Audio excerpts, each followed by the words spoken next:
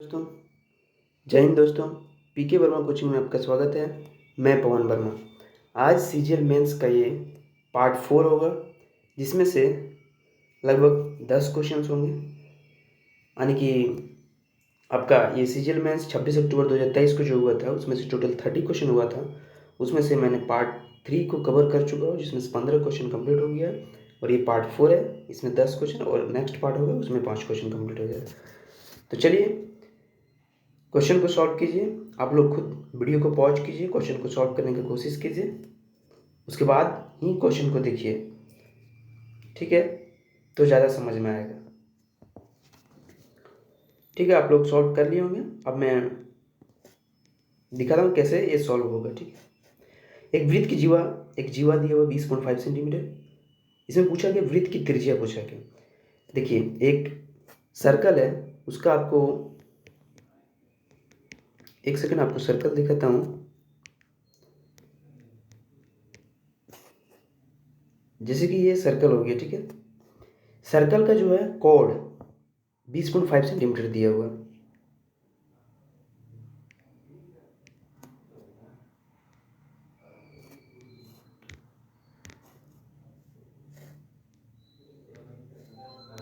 ठीक है, सर्कल का जो कोड है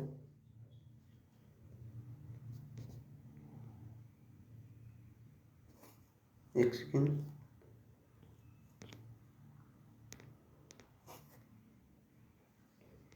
ये देखिए, सर्कल का जो कोड होता है क्या होता है, वो आपका डायमीटर भी हो सकता है। सर्कल का जो कोड है वो आपका डायमीटर भी हो सकता है।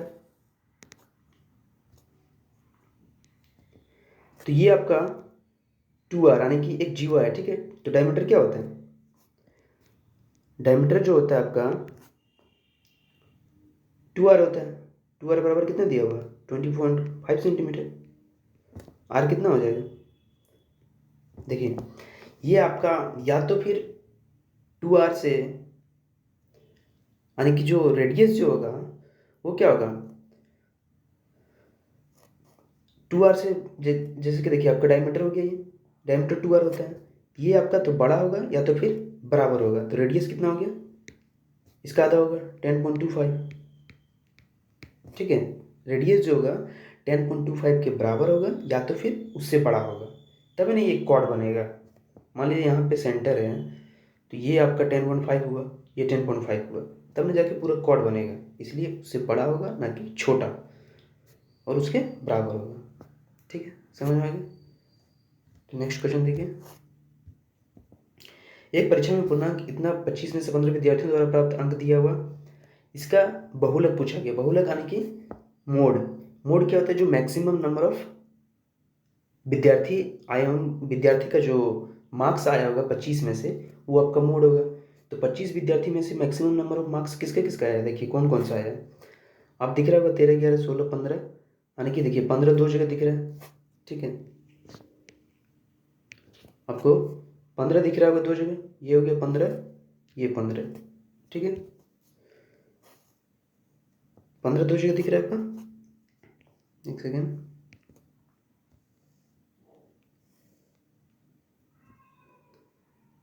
ठीक है। 15 दिख रहा होगा, ये 15, ये 15, तब का एक मोड हो गया 15, ठीक है। देखिए यहाँ पे दो मोड भी हो सकता है, समुच्चय पूछा गया, ठीक है। एक देखिए 13, 11, 13, एक दिख रहा है 13, और कोई चीज़ जो डबल होगा 13, और कोई डबल है नहीं है। तो यही आपका मोड हो गया, ठीक है। ये आपका मोड हो गया। इसको मल्टीपल कर दिए बस, 15 दिया 48, 15 के 15, और कितना बचा? 4, 198 आ रहा है। आंसर दिया 195। एक सेकेंड, 15 हो गया, 13, 11, 16,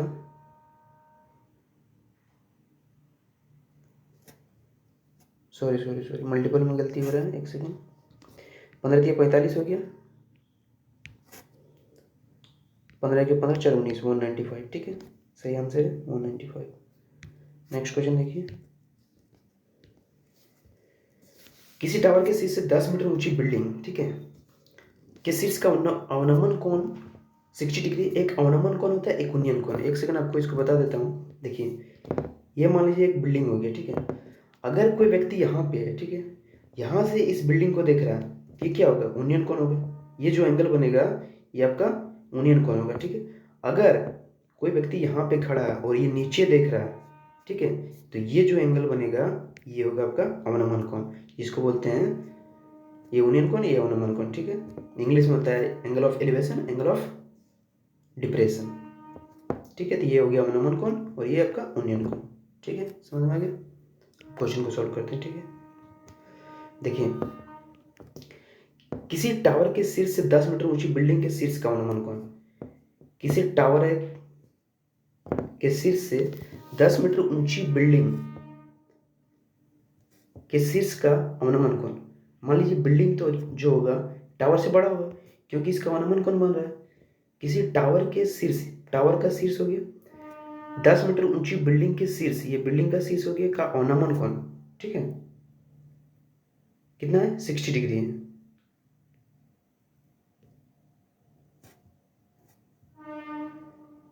ठीक है।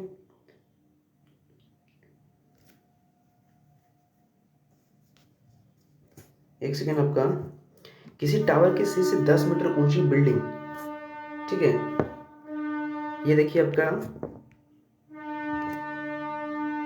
ये मान लीजिए एक टावर हो गया, ठीक है। एक सेकेंड, इसको उल्टा बनाते हैं, ठीक है। किसी टावर के शीर्ष से, ये मान लीजिए टावर हो गया, टावर के शीर्ष से 10 मीटर ऊंची बिल्डिंग के शीर्ष का अवनमन कोण, ठीक है, 60 डिग्री। यदि टावर और बिल्डिंग के बीच की दूरी दिया हुआ, टावर और बिल्डिंग के बीच की दूरी आपको देखना होगा कि टावर और बिल्डिंग, यानी कि इसमें से कौन बड़ा है, ठीक है। तो टावर और बिल्डिंग में से कौन बड़ा है ये देखना पड़ेगा आपको, ठीक है। एक सेकेंड, ये हो गया। मान लीजिए ये टावर हो गया, ठीक है। किसी टावर के शीर्ष से 10 मीटर ऊंची बिल्डिंग, ये 10 मीटर ऊंचा बिल्डिंग है, 10 मीटर ऊंची बिल्डिंग के शीर्ष का अवनमन कोण। तो अवनमन कोण क्या होता है? ये आपको ऊपर से दिख रहा होगा, टावर के शीर्ष से ना दिख रहा है बिल्डिंग को, ये आपका अवनमन कोण हो गया, ठीक है। ये इस तरह से आपका बनेगा। ये एंगल कितना हो गया? 60 डिग्री, 60 डिग्री, ठीक है। तो ये एंगल आपका कितना हो जाएगा? 60 डिग्री, ठीक है। यदि टावर और बिल्डिंग के बीच की दूरी 50√3 है, कितना है? 50√3। तो उस टावर की ऊंचाई याद करना है। ये हो गया टावर सॉरी, ये हो गया आपका टावर। ये टावर की ऊंचाई याद करना है, ठीक है। देखिए, ये आपका हो गया कितना? 10 मीटर दिया हुआ, ठीक है, कोई बात नहीं। ये भी 10 मीटर हो जाएगा। ये आपका 50√3 है,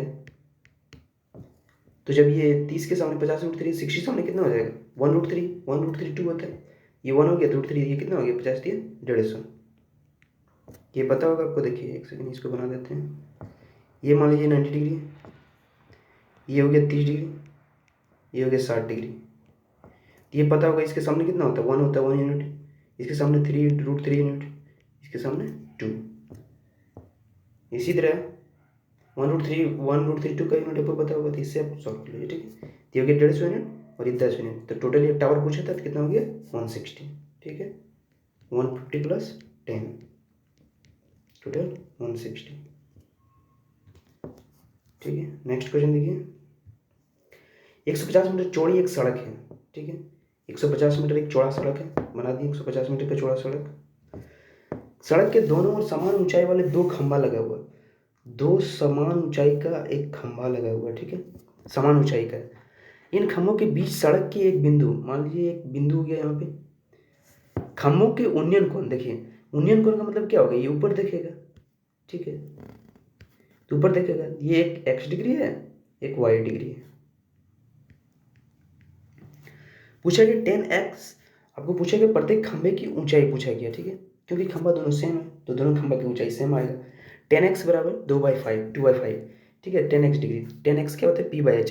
यहाँ पे एक चीज़ देखिए 10x और 10y, p/h और p/b और p/b, तो दोनों में क्या दिख रहा है आपको, p दोनों का डिफरेंस है, और p दैट मीन्स यहाँ क्या है, ये देखिए ये 2 यूनिट हो गया और ये आपका 5 यूनिट, ठीक है। ये आपका 10y कितना हो गया, p/b 3 यूनिट, ये 5 यूनिट। एक चीज़ आप देख रहे होंगे, ये दोनों सेम होना चाहिए, आपका जो खंबा है वो दोनों सेम होना चाहिए। यहाँ पे 2 यूनिट है, यहाँ पे 3 यूनिट है, तो इसको तो सेम करना पड़ेगा। तो इसको 2 से मल्टीप्लाई कर दीजिए, इसको 3 से मल्टीप्लाई कर दीजिए, तो ये भी चेंज हो जाएगा। यहाँ पे कितना हो जाएगा, 3 से मल्टीप्लाई करेंगे इसको, तो ये टोटल कितना हो जाएगा 15 यूनिट, और ये इसको 2 से मल्टीप्लाई करना पड़ेगा, तो ये 10 यूनिट, ठीक है। 10 यूनिट हो गया। अब देखिए यहाँ पे 15 और 10 यूनिट टोटल कितने हो गए, 25 यूनिट। 25 का वैल्यू कितना दिया हुआ है, 150 यूनिट, ये 150 यूनिट दिया हुआ है, तो 25 सेकेंड 150। आपको पूछा गया क्या था, आपको पूछा गया था कि प्रत्येक खंबे की ऊंचाई, देखिए खंबा की ऊंचाई कितना है, 6 यूनिट, 3 दूना 6, 3 दूना 6, दोनों का सेम है, तो 6 यूनिट, 6 यूनिट का वैल्यू कितना होगा 36, आंसर हो गया, ठीक है। 6 यूनिट का value 36। Sorry, next question 5th का देखिए, ये आपका 3 क्रमागत डिस्काउंट पूछा गया, ठीक है। तो डिस्काउंट क्या होता है आपको पता होना चाहिए, x + y - xy / 100। तो पहले 20, 35, 35, 10%, सॉरी, दो करके निकाल लीजिए। 20, 35 का डिस्काउंट हम निकाल लें, सक्सेसिव डिस्काउंट निकाल लीजिए, कितना होगा, 2 को जोड़ेंगे, 20 + 35, एक बार फॉर्मूला यहाँ पे लिख देता हूँ मैं, x + y - xy / 100, ये डिस्काउंट का फॉर्मूला होता है, सक्सेसिव डिस्काउंट का। तो ठीक है, इसी को यूज करके हम कर लें, पहले 2 का फिर उसके नेक्स्ट। तो 20 + 35 कितना हो गया, 55, माइनस 20 × 35 यानी कि 700 बटा 100, तो कितना हो गया, 55 में 700 आप घटा दीजिए, यानी कि ये कट जाए, 55 - 7 कितना हो गया, 48, ठीक है। ये हो गया 48। अब 48 और 10 दोनों का सक्सेसिव निकालिए, ठीक है। 48 और 10 का सक्सेसिव यहाँ निकालते हैं, कितना हो गया, 48 × 10 = 58, माइनस 48 × 10 बटा 100, तो कितना हो गया 4.8, इसको घटा लीजिए, 8 में 2 गया, कितना बचेगा, सॉरी 10 में 8 गया 2, यहाँ पे बचा 57, 57 में 4 गया 53, 53.2 आपका इजीली सॉल्व हो जाएगा। इसमें एक 3 डिस्काउंट दिया, इसका भी फॉर्मूला होता है, बट उसको याद करने की जरूरत नहीं है, आप 2 डिस्काउंट करके निकाल लीजिए, आपको जल्दी बनेगा। नेक्स्ट है 2800 पर 10% की वार्षिक दर से 3 वर्षों में प्राप्त साधारण ब्याज x रुपया है, और 6200 रुपये पर 14% की दर से y वर्षों में प्राप्त साधारण ब्याज इतना है, तो x बटा y निकालना है, ठीक है। x बटा y आपको निकालना है, तो आपको देखिए एक चीज़ पहले x और y निकाल लेते हैं। 2800 रुपये है इंटू 10% के वार्षिक ब्याज से, इसे भी साधारण ब्याज का क्वेश्चन है, इजीली बन जाएगा आपसे, ठीक है।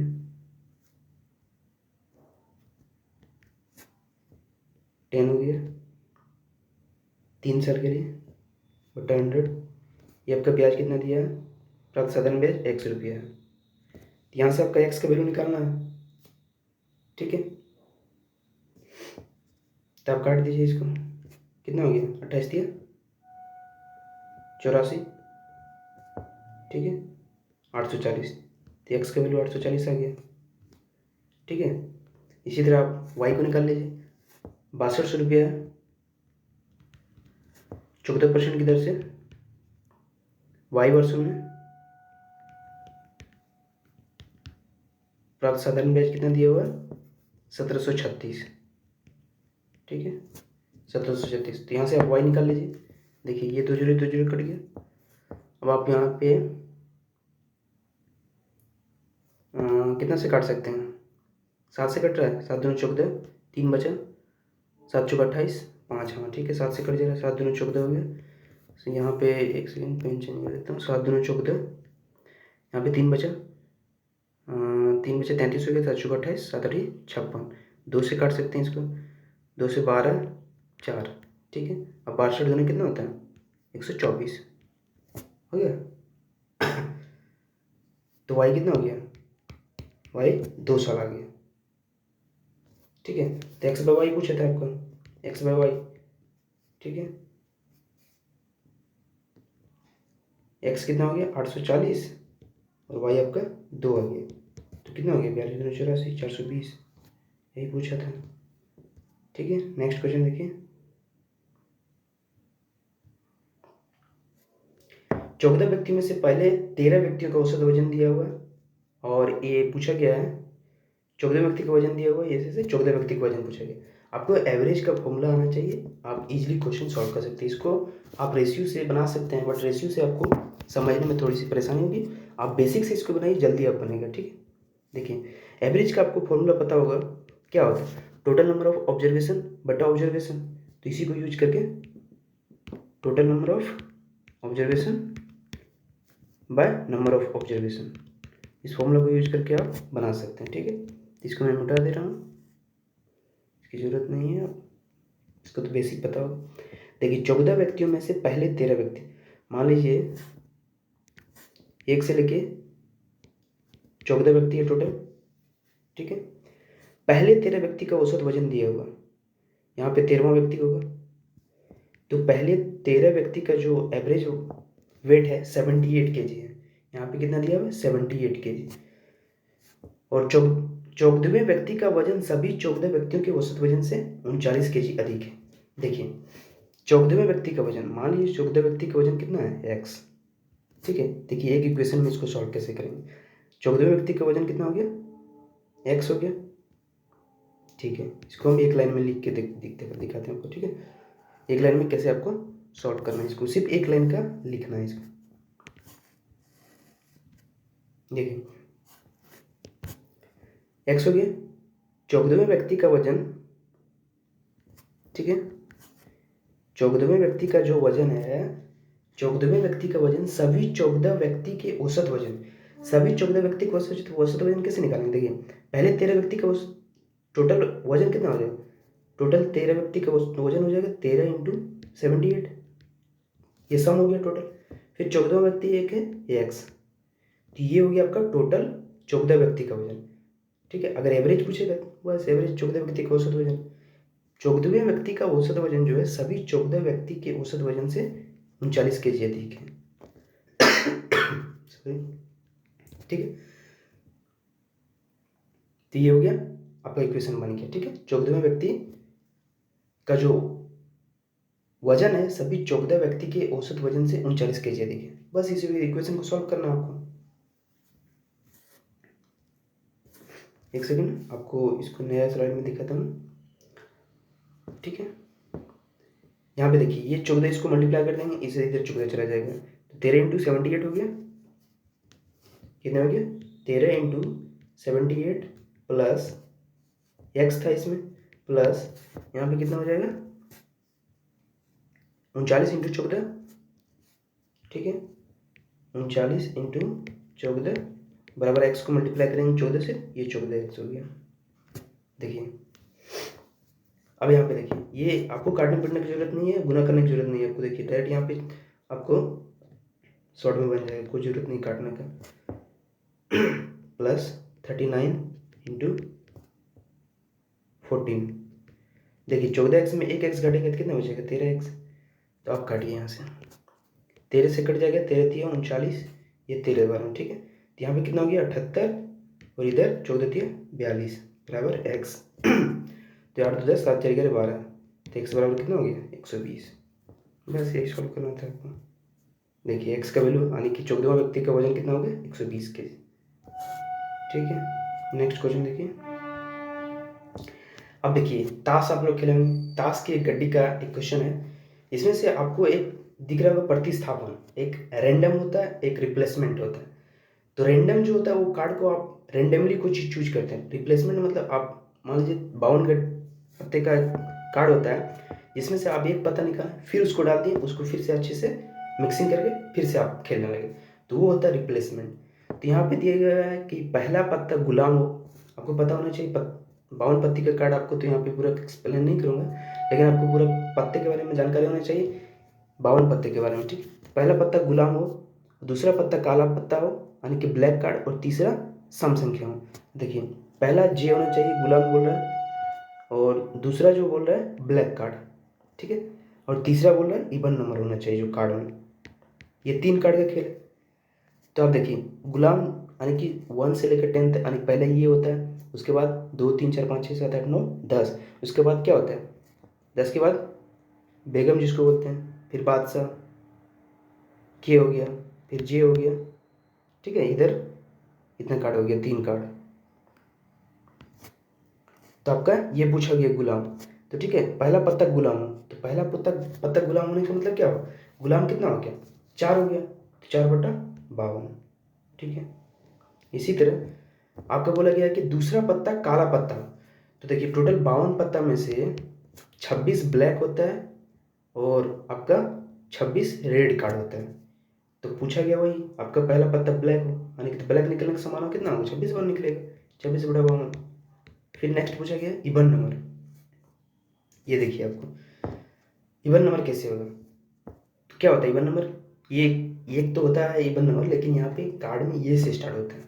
तो पहला 2 होगा, फिर इवन नंबर क्या होगा 4, एक इवन नंबर नहीं सॉरी ओड नंबर, ये ओड नंबर हो गया, फिर 2 हो गया, 4 हो गया, 6 हो गया, फिर 8 हो गया, 10 हो गया, ये हो गया आपका 5 कार्ड होगा जो इवन नंबर होगा, और प्रत्येक कार्ड जो होता है 4 होता है, प्रत्येक यानी कि 2 जो होगा 4 कार्ड होगा, तो 4 हो गया 2 4 यानी कि ये 5 हो गया, 5 चौका 20, तो टोटल कितना कार्ड हो गया 20, 20/52। बस अब इसको सॉल्व करना है, 1/13 हो गया, ये 26/52 हो गया, ये 4 5 20, 4 से 13।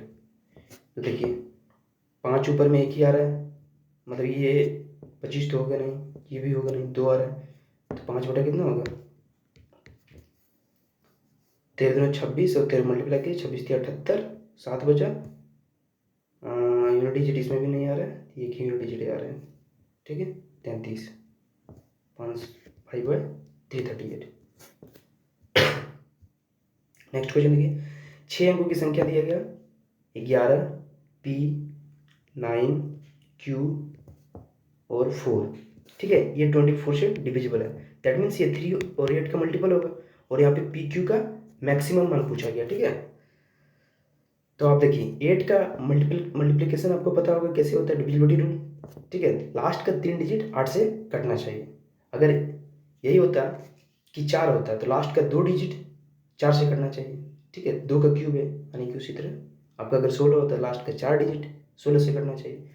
तो 9Q4 जो है 8 से कटेगा, और इसमें से भी मैक्सिमम चाहिए हमको, ठीक है। तो देखिए पहले 0 रखिए, पहले 0 कट रहा 8 से,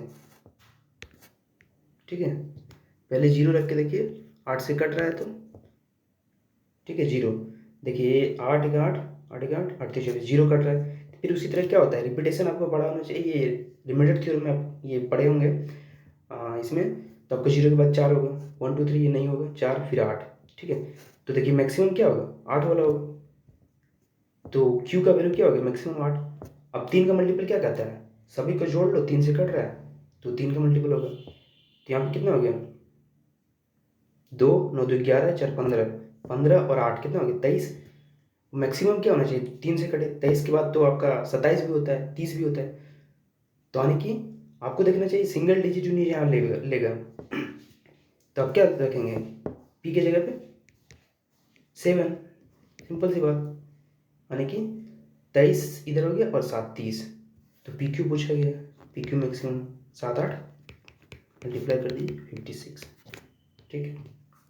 नेक्स्ट क्वेश्चन देखिए, लास्ट क्वेश्चन है हरि कमल और ललित, ठीक है, कौन कौन है 3 आदमी, हरि कमल और ललित, एक चुनाव लड़ रहा है जिसमें से टोटल वोट है 60-50, ठीक है 60-50, और सभी वोट इसमें वैलिड है, कोई भी वोट अवैध नहीं है, ठीक है, इनवैलिड नहीं, सभी वैलिड वोट है।